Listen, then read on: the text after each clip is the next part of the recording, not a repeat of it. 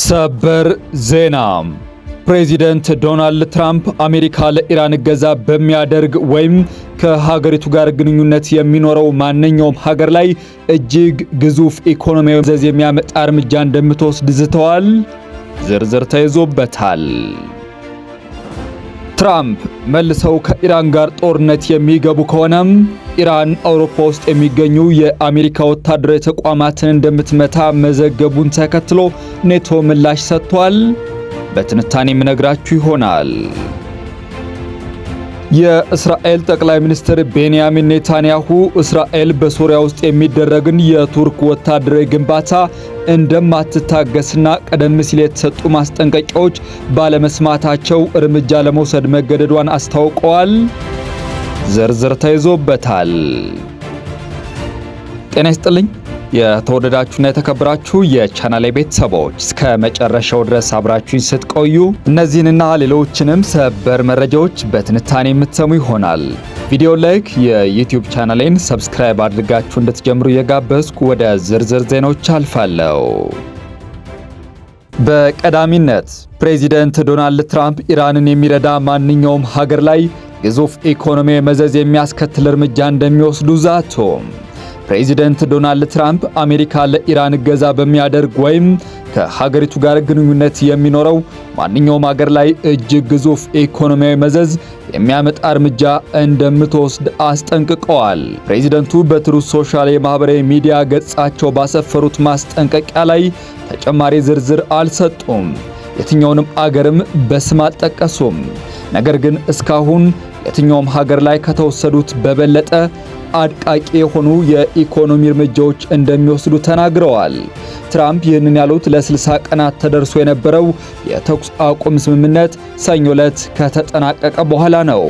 አሜሪካና እስራኤል በየካቲት ወር የጀመሩት ጦርነት ሊቋጭ እንደሚሆን የሚያመለክት ዲፕሎማሲያዊ የሆነ ወታደራዊ እንቅስቃሴ አልታየም። የአሁኑ የትራምፕ እርምጃ ከቴህራን ጋር የንግድ ግንኙነት ባላቸው የውጭ ባንኮችና ኩባንያዎች ላይ ማዕቀብ እንዲጣል ያደረገው ኦፕሬሽን ኢኮኖሚክ ፊውሪ ዘመቻ አካል ይመስላል።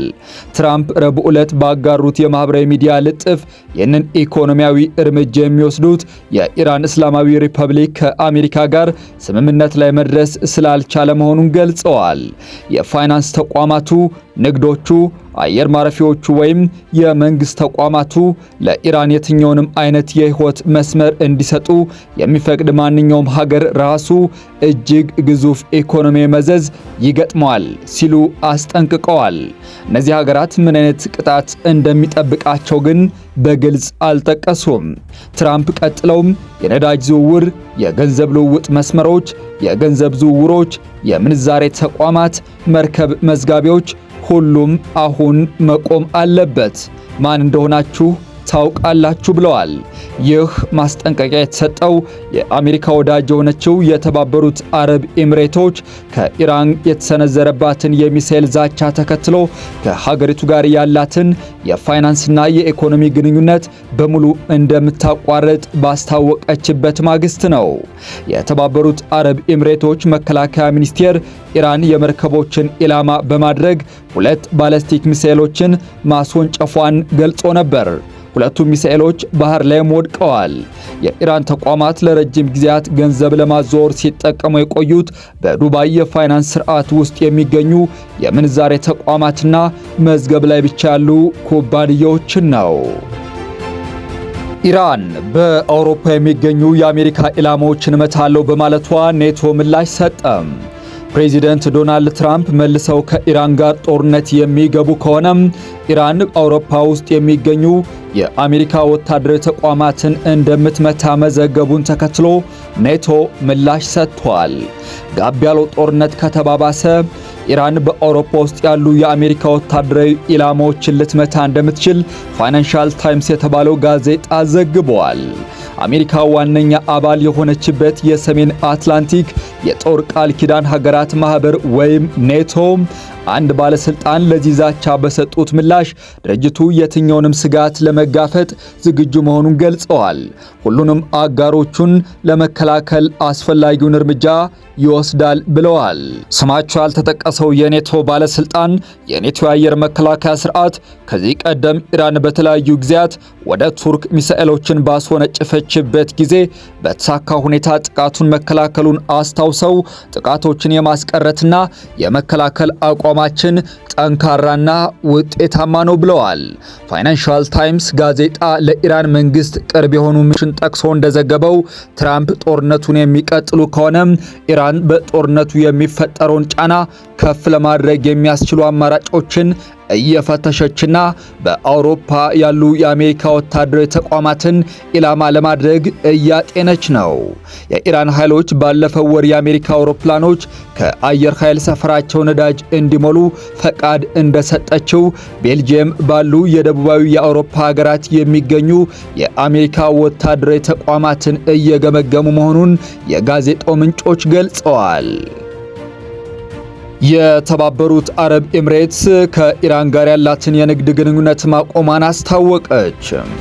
የተባበሩት አረብ ኤምሬትስ ከኢራን ጋር ያላትን ሁሉንም የንግድ እንቅስቃሴዎች፣ የንግድ ልውውጦችና የገንዘብ ዝውውሮች ሌላ መግለጫ እስኪሰጥ ድረስ አግዳለች። ሀገሪቱ ይህንን እርምጃ የወሰደችው ሁለት ከኢራን የተተኮሱ ባለስቲክ ሚሳኤሎች የገልፍ የባህር ላይ ትራፊክን ኢላማ ማድረጋቸውን ካሳወቀች በኋላ ነው። ረቡዕ ዕለት በውጭ ጉዳይ ሚኒስቴር ይፋ የሆነው ይህ ውሳኔ በቀጠናው እየተስፋፋ ያለው ወታደራዊ ግጭት በኢራንና በባህረ ሰላጤው ጎረቤቶቿ መካከል ባለው የኢኮኖሚ ግንኙነት ላይ እየተንጸባረቀ ስለመሆኑ የቅርብ ጊዜ ማሳያ ነው። ይህ እገዳ በቀጠናና ዓለም አቀፍ ሰላምና ጸጥታ ላይ ተጽዕኖ ያሳደሩ ለውጦችን ተከትሎ የተወሰነ መሆኑን አቡዳቢ አስታውቃለች።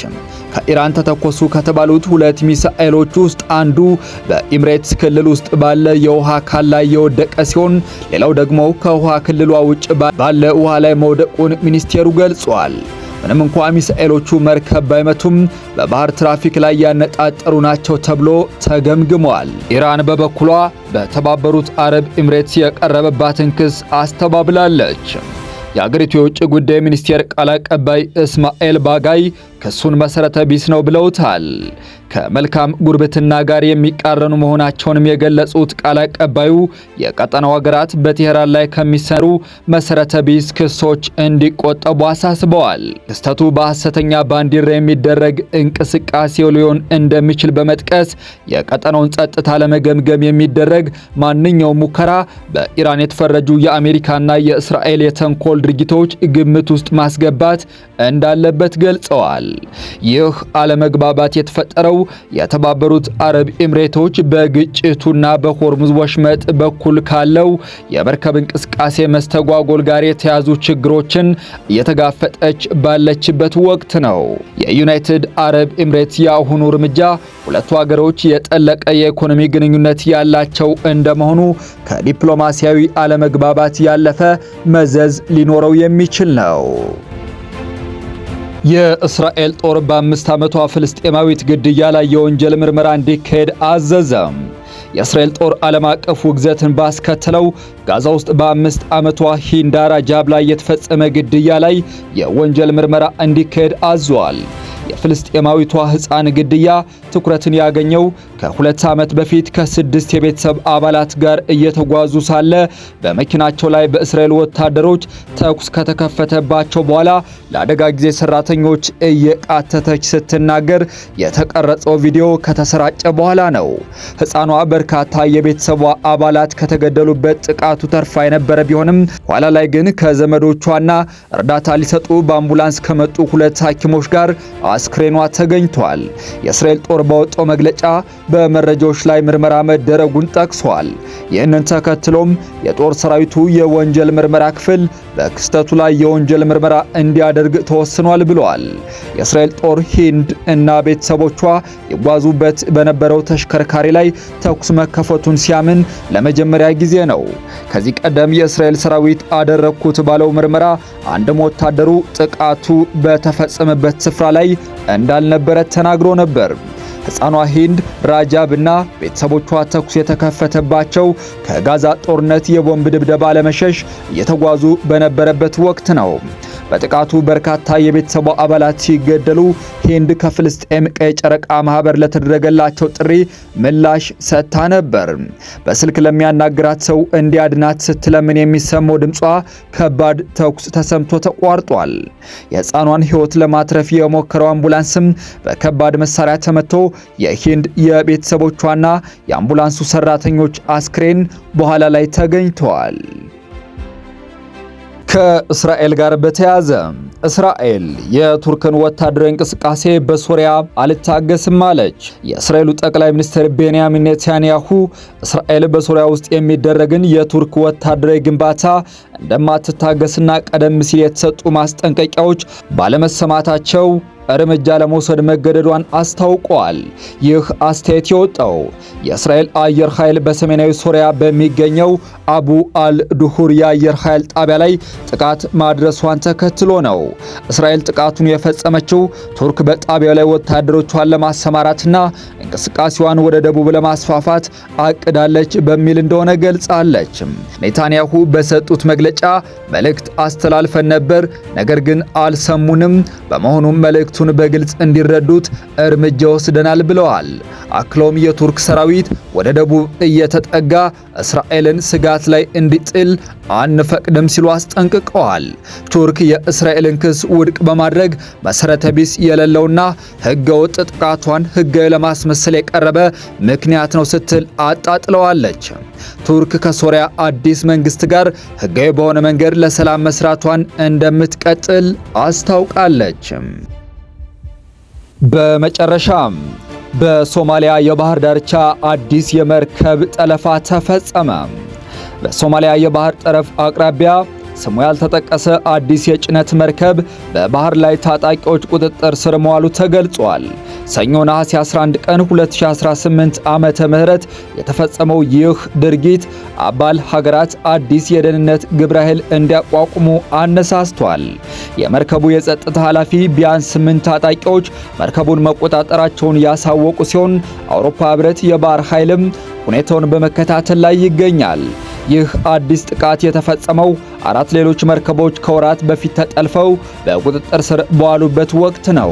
ፓኪስታንና ግብጽ መርከቦችንና ሰራተኞችን ለማስለቀቅ ከሶማሊያ ባለስልጣናት ጋር ከፍተኛ ዲፕሎማሲያዊ ጥረቶችን እያደረጉ ቢሆንም በዘራፊ ቡድኖች መካከል ያለው አለመግባባት ድርድሩን አስቸጋሪ አድርጎታል። የኢንተርናሽናል ማሪታይም ድርጅት የጅቡቲ የባህር ላይ ንግድ ስምምነት አባል ሀገራት የባህር ላይ ጠላፊዎችን ለመከላከል አዲስ ጥምር ግብረ ኃይል ማቋቋማቸውን አስታውቋል። የተከበራችሁ የቻናሌ ቤተሰቦች ለዕለቱ ያስኳቸው ዓለም አቀፋዊ የጂኦፖለቲካዊ አጫጭር ሰበር መረጃዎችን በዚሁ አጠናቀቅኩ። ቪዲዮ ላይክ፣ የዩቲዩብ ቻናሌን ሰብስክራይብ እያደረጋችሁ የሚዲያው አጋር ቤተሰብ ይሁን እያልኩ በያላችሁበት ሰላም እንድትቆዩ ተመኘው።